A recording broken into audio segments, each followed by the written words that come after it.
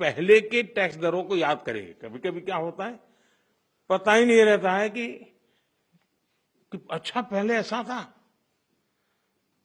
और इसलिए कभी कभी पहले की चीज याद करते हैं तब पता चलता है यहां से यहां चले गए। अब आपके घर परिवार में भी बच्चा 70 मार्क लाता है स्कूल में आपके यहां, और 70 का 71, 72, 75 करेगा ध्यान नहीं जाता है, लेकिन हम 99 कर लें तो तुरंत जाता है कि हर कुछ कमाल है इसने। तो मेरा कहना यही है कि साथियों, साल 2014 से पहले करीब करीब हर सामान पर उस समय की जो सरकार थी, मैं किसी सरकार की आलोचना करने के लिए नहीं यहां आया, लेकिन एक आप टीचर हैं तो कंपैरिजन आप बड़े आराम से कर सकते हो और बच्चों को बता भी सकते हो। उस समय कितनी बड़ी मात्रा में टैक्स लिया जाता था पुरानी सरकार में। 2014 में मेरे आने से पहले रसोई का सामान हो या खेती किसानी से जुड़ी चीजें हो या फिर दवाइयां और यहां तक जीवन बीमा भी, ऐसी अनेक चीजों पर कांग्रेस सरकार अलग अलग टैक्स लेती थी। अगर वही दौर होता, अगर आज आप 2014 के हिसाब से होते तो आपको 100 रुपया की अगर चीज कोई खरीदते हैं तो 20-25 रुपया टैक्स का देना पड़ता है, अगर उस समय का हिसाब लगाए तो। लेकिन अब आपने मुझे सेवा का मौका दिया है। भाजपा सरकार में, एनडीए सरकार में हमारा जोर इस बात का है कि बचत कैसे ज्यादा से ज्यादा हो, परिवारों का खर्चा कम कैसे हो, और इसलिए अब जीएसटी में इतनी ज्यादा कटौती कर दी गई है। साथियों, कांग्रेस की सरकार ने कैसे आपका मंथली बजट बढ़ाया हुआ था, ये कोई भूल नहीं सकता है। टूथपेस्ट, साबुन, हेयर ऑयल, इन पर 27% टैक्स, आज आपको याद नहीं होगा लेकिन आप देते थे। खाने की प्लेट, कप प्लेट, चम्मच, ऐसे सामान पर 18 से लेकर के 28% टैक्स हुआ करता था। टूथ पाउडर 17% टैक्स, यानी रोजमर्रा की ऐसी हर चीज पर उस कांग्रेस के जमाने में इतना सारा टैक्स लगता था। हालत ये थी कि कांग्रेस वाले बच्चों की टॉफी पर भी 21% टैक्स लेते थे। ये कभी उस समय अखबार में आपका ध्यान गया होगा कि नहीं वो पता नहीं, मोदी ने किया होता तो बाल नोच लेते। साइकिल जो देश के करोड़ों लोगों की रोज की जरूरत है, उस पर भी 17% टैक्स हुआ करता था। सिलाई मशीन लाखों लाख माताओं बहनों के लिए स्वाभिमान और स्वरोजगार का एक जरिया है, यंत्र है, इस पर 16% टैक्स होता था। मिडिल क्लास के लिए घूमना फिरना तक कांग्रेस ने बहुत मुश्किल कर दिया था। कांग्रेस राज में होटल के कमरे की बुकिंग पर 14% टैक्स, और उसके ऊपर कई राज्यों में लग्जरी टैक्स लगता था, वो अलग। अब ऐसे हर सामान और सर्विस पर सिर्फ और सिर्फ 5% टैक्स लगा करेगा। अब आपको ध्यान में आता है कि 5% को क्या, वरना कोई तो लिखेगा ओह अभी भी मोदी 5% लेता है। होटलों में 7,500 रुपया के कमरे के कमरों में भी 5% ही टैक्स लगने वाला है। ये काम किया है, आपने काम करने वाली सरकार चुनी, वैसी भाजपा एनडीए सरकार ने किया है। साथियों, पहले अक्सर ये शिकायत रहती थी कि भारत में इलाज बहुत महंगा था, छोटे छोटे टेस्ट तक गरीब और मिडिल क्लास की पहुंच से बाहर होता था। कारण ये था कि कांग्रेस सरकार डायग्नोस्टिक किट जो पर होती है उस पर 16% टैक्स लेती थी। हमारी सरकार ने ऐसे हर सामान पर टैक्स को सिर्फ 5% कर दिया है। साथियों, कांग्रेस के राज में घर बनाना बहुत ही महंगा काम था। क्यों? क्योंकि सीमेंट पर कांग्रेस सरकार 29% टैक्स वसूलती थी। जैसे तैसे घर बना भी लिया तो एसी और टीवी या पंखा कुछ भी लाना है वो भी महंगा हो जाता था, क्योंकि कांग्रेस सरकार ऐसे सामानों पर 31% टैक्स वसूलती थी, 31%। अब हमारी सरकार ने ऐसे हर सामान पर टैक्स को 18% कर दिया, करीब करीब आधा कर दिया है। साथियों, कांग्रेस राज में किसान भी बहुत दुखी थे। 2014 से पहले किसान की खेती लागत अधिक थी और लाभ बहुत कम था। कारण यह था कि खेती किसानी के सामान पर भी कांग्रेस सरकार बहुत अधिक टैक्स वसूलती थी। ट्रैक्टर हो या सिंचाई के उपकरण हो, हाथ के औजार हो, पंपिंग सेट्स हो, ऐसे उपकरणों पर 12 से 14% तक टैक्स लिया जाता था। अब ऐसे अनेक सामानों पर जीएसटी 0 या 5% कर दिया गया है। साथियों, विकसित भारत का एक और स्तंभ है हमारी युवा शक्ति। हमारे नौजवानों को ज्यादा रोजगार मिले, जो छोटे मोटे बिजनेस में हैं उनको आसानी हो, ये भी सुनिश्चित किया गया है। हमारे जो ऐसे सेक्टर हैं जिसमें सबसे ज्यादा लेबर लगती है, उनको जीएसटी की कम दरों से बहुत बड़ा सहारा मिलने वाला है। टेक्सटाइल हो, हैंडीक्राफ्ट हो, लेदर हो, इसमें काम करने वाले साथी, इस बिजनेस से जुड़े साथियों को बड़ी मदद मिली है। इसके साथ साथ कपड़ों और जूतों की कीमतों में भी बहुत कमी आने वाली है। हमारे स्टार्टअप्स, एमएसएमई, छोटे व्यापारी, कारोबारियों के लिए टैक्स तो कम हुआ ही है, साथ ही कुछ प्रक्रियाओं को भी सरल किया गया है। इससे उनकी सहूलियत और बढ़ेगी। साथियों, नौजवानों को एक और फायदा फिटनेस के सेक्टर में भी होने वाला है।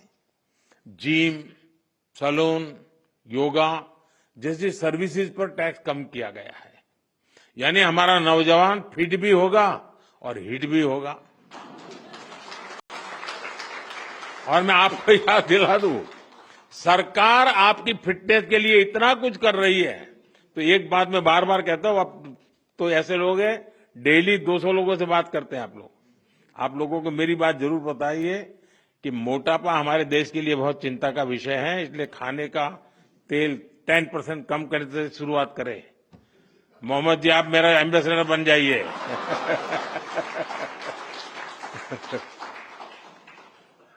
ओबेसिटी के खिलाफ लड़ाई कमजोर नहीं पड़नी चाहिए।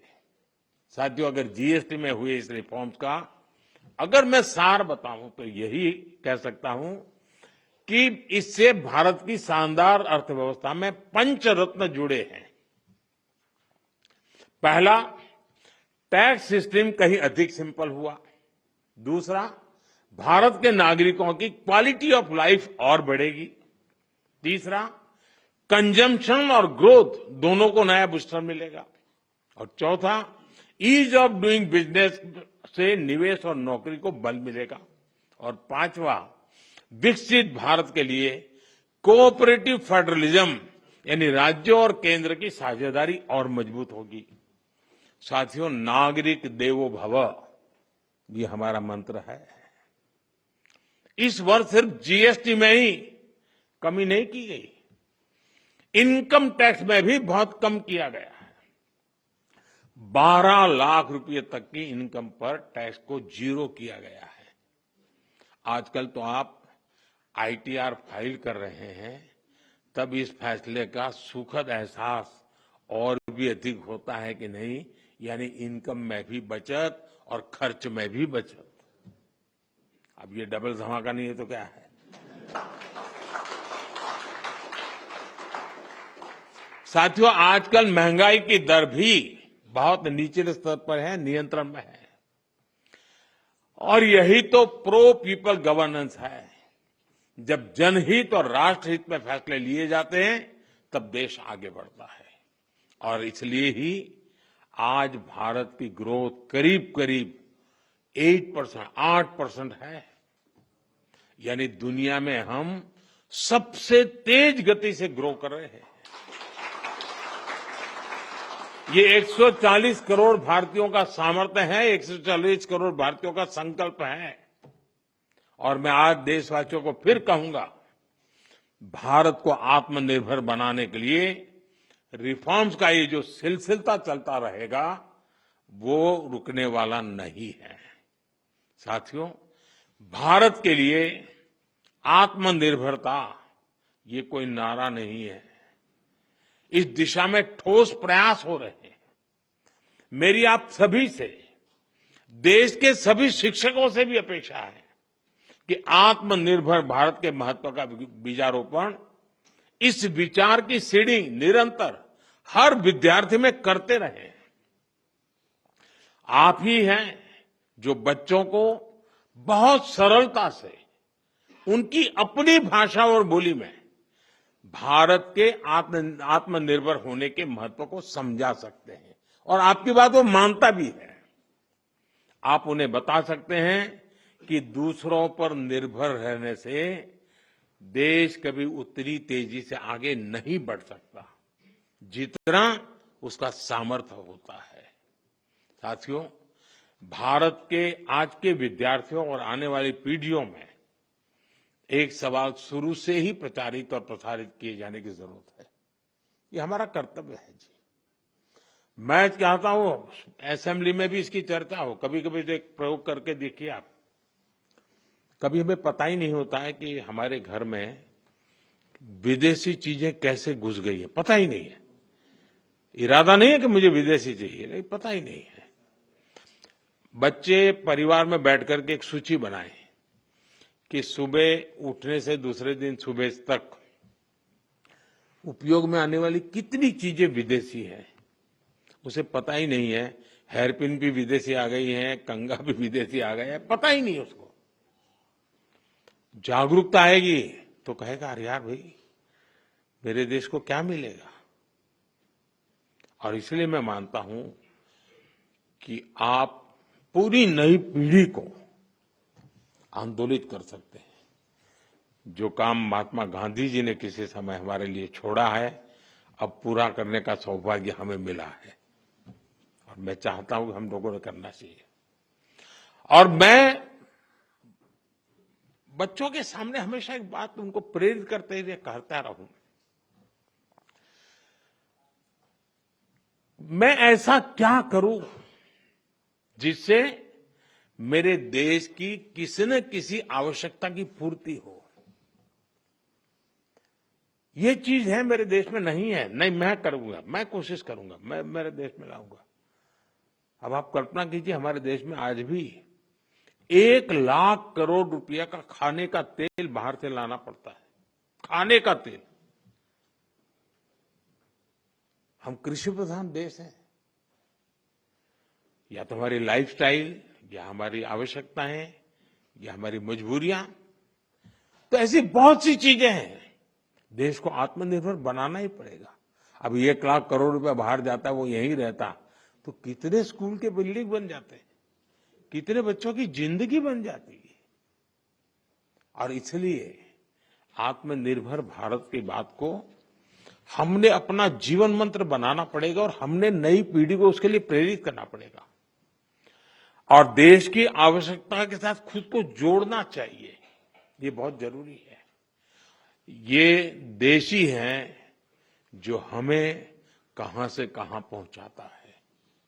ये देश ही है जो हमें इतना कुछ देता है। इसलिए हम देश को क्या दे सकते हैं, देश की किस जरूरत को पूरा कर सकते हैं, ये हर विद्यार्थी के मन में, हमारी नई पीढ़ी के मन में जरूर रहना चाहिए। साथियों, आज भारत के स्टूडेंट्स में इनोवेशन के प्रति, साइंस और टेक्नोलॉजी के प्रति नया रुझान पैदा हुआ है। इसमें बहुत बड़ी भूमिका चंद्रयान की सफलता ने निभाई है। चंद्रयान ने देश के बच्चों को साइंटिस्ट बनने के लिए, इनोवेटर बनने के लिए प्रेरित किया। अभी हमने हाल ही में देखा, स्पेस मिशन से लौटे ग्रुप कैप्टन शुभांशु शुक्ला जब अपने स्कूल पहुंचे तो कैसे पूरा वातावरण बदल चुका। शुभांशु की इस उपलब्धि में उनके शिक्षकों का योगदान जरूर रहता है, तभी तो होता है। यानी शिक्षक नौजवानों को सिर्फ पढ़ाते ही नहीं है, उन्हें गढ़ते हैं, एक दिशा दिखाते हैं। साथियों, आपके इस प्रयास को अब अटल इनोवेशन मिशन और अटल टिंकरिंग लैब से भी मदद मिल रही है। अब तक देश में 10,000 अटल टिंकरिंग लैब बन चुकी हैं। देश ने 50,000 नई अटल टिंकरिंग लैब्स को बनाने का निर्णय लिया है। इस पर भी तेजी से काम चल रहा है। इन लैब्स में भारत के नौजवान पीढ़ी को इनोवेशन का हर मौका मिले, ये आप सभी शिक्षकों के प्रयासों से ही होने वाला है। साथियों, एक तरफ हमारी सरकार इनोवेशन पर युवाओं को डिजिटल एम्पावर करने पर बल दे रही है, दूसरी तरफ डिजिटल दुनिया के जो दुष्प्रभाव है, उनसे भी हमारी नई पीढ़ी को, हमारे स्कूल के बच्चों को, हमारे स्टूडेंट्स को, हमारे परिवार के बच्चों को, हमें उनको बचाना होगा। उनकी हेल्थ और प्रोडक्टिविटी बढ़ाने पर भी बल देना ये हम सबका सामूहिक कर्तव्य है। आपने अभी देखा होगा कि अभी पार्लियामेंट का जब सत्र चल रहा था, तो हमने ऑनलाइन गेमिंग से जुड़ा एक कानून बनाया है।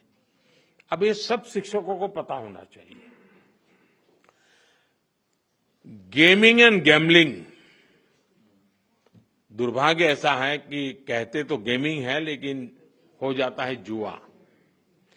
और इसलिए सरकार ने, और बहुत बड़ा निर्णय है ये, बड़ी बड़ी ताकतें वो कभी नहीं चाहती थी कि ऐसा कानून आए और देश में गैम्बलिंग पर प्रतिबंध आ जाए। लेकिन आज एक ऐसी सरकार है जिसमें पॉलिटिकल विल है और जिसके दिल में देश के उज्जवल भविष्य की चिंता है, बच्चों के भविष्य की चिंता है। और इसलिए हमने ऐसे किसी भी दबाव की परवाह किए बिना, किसको क्या लगेगा, किसको क्या नहीं लगेगा, इसकी परवाह किए बिना गेमिंग के संबंध में, ऑनलाइन गेम्स के संबंध में कानून लाए हैं। ऐसे अनेक ऑनलाइन गेम्स थे जिनसे हमारे स्टूडेंट्स प्रभावित हो रहे थे। पैसों के खेल चलते थे, ज्यादा कमाने के इरादे से लोग पैसे डालते थे।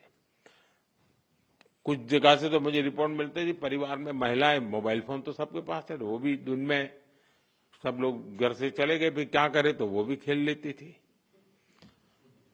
आत्महत्या की घटनाएं मिलती थी, कर्जदार बन जाते थे। यानी बहुत बड़ा, यानी परिवारों के परिवार तबाह हो गए, आर्थिक नुकसान हो रहा था। और ये बीमारी ऐसी है कि नशे की तरह लत लग जाती है। ये गेम्स ऐसी चीजें होती है।